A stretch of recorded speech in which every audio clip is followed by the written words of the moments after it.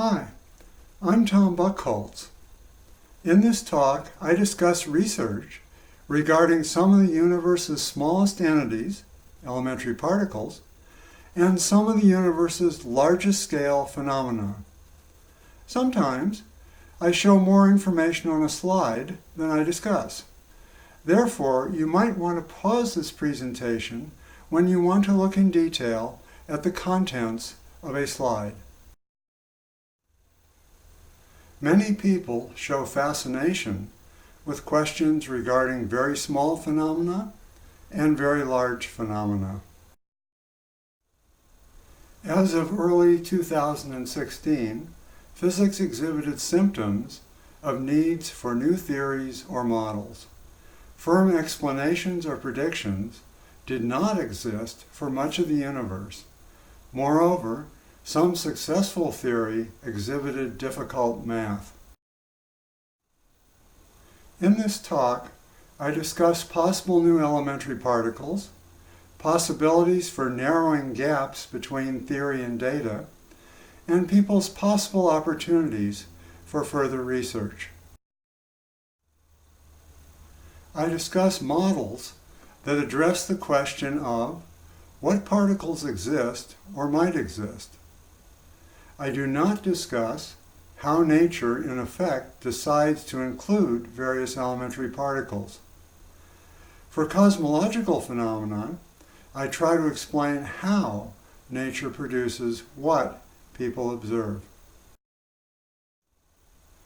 I follow an agenda that moves through topics of what elementary particles exist or might exist, how those particles might explain observed phenomena, what math underlies the models, and what opportunities people might have based on this work. To catalog elementary particles, I use three indices. People might find surprising the use of models for which sigma equals -1. Here, I show families of known and possible elementary particles. For each family, the S column points to possibilities for one or more than one subfamily. Except for regarding the graviton, each item the examples column lists correlates with a subfamily for which people have found all anticipated elementary particles. People have yet to find elementary particles for which S exceeds 1. People have yet to find elementary particles corresponding to rows for which the examples column is blank. Models provide for either 7 or 12 possible G-family elementary particles.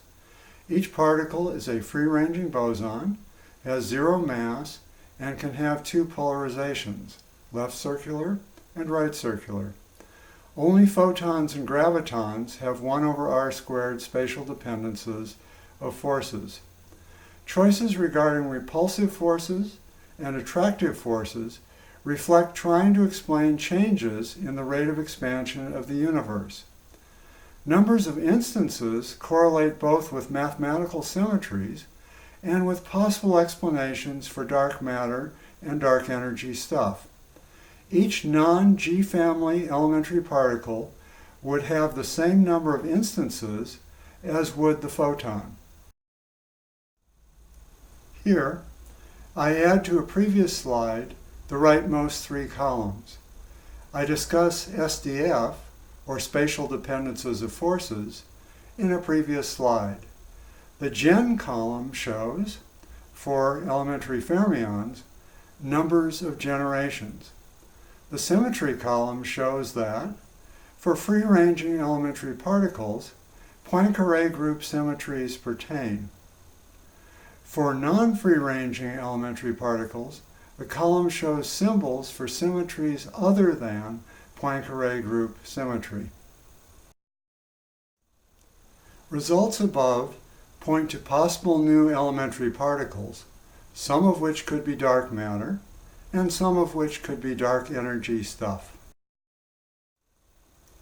Models reflect or predict approximate ratios of squares of masses for non-zero mass elementary bosons.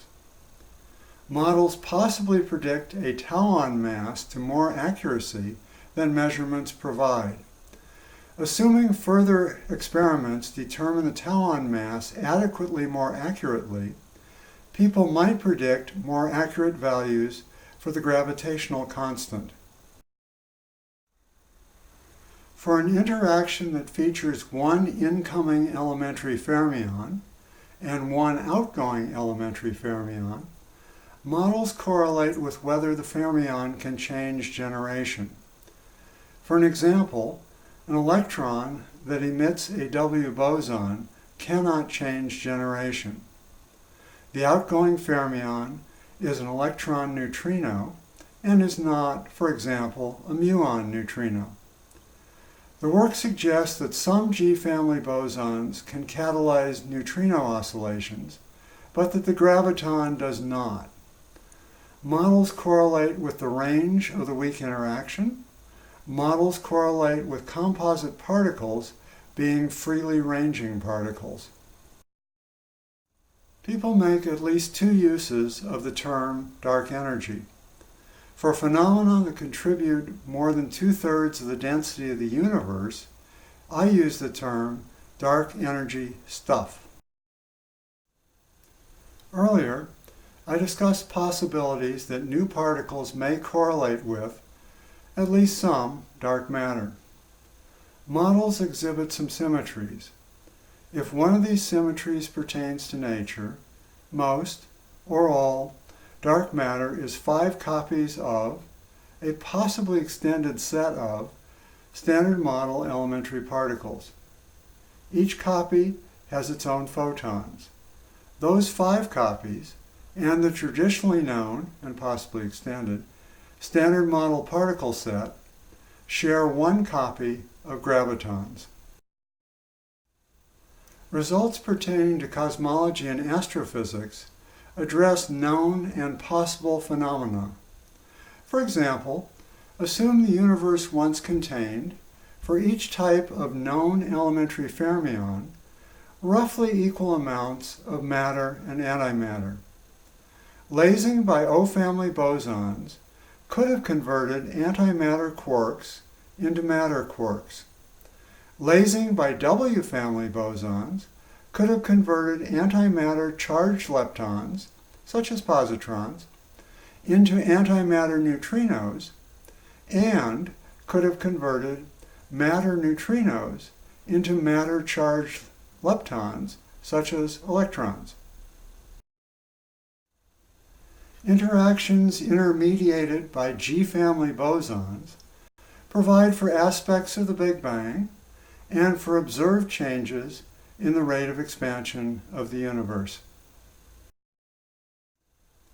A centerpiece of the work is a meta-model.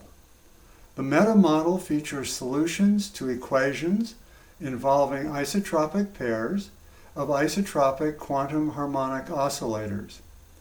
A subset of the solutions correlates with all known elementary particles and some properties of those particles. Other solutions may correlate with yet-to-be-found elementary particles. Models based on the meta-model correlate with various aspects of elementary particle physics, cosmology, and other fields. The work uses both spherical and plane wave approaches to generating solutions that pertain to isotropic pairs of isotropic quantum harmonic oscillators. For example, the work uses spherical approaches to model aspects of interactions between elementary particles. Spherical approaches seem especially suited to aspects of propagation of effects of such interactions. The approach uses a math basis that possibly correlates with no significant relevance for a sum of ground state energies of photons.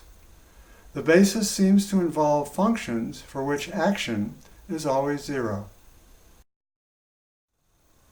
Parallels from science history may pertain regarding achievements that this work may enable. Here, I show two examples, each of a parallel and a possible opportunity. I hope people will pursue such opportunities. Here are two more examples, each of a parallel and a possible opportunity. Here are two more examples, each of a parallel and a possible opportunity. The book, Models for Physics of the Very Small and Very Large, provides more perspective about, aspects of, and details of this work. The web link points to information and portions of the book. Thank you for viewing this presentation.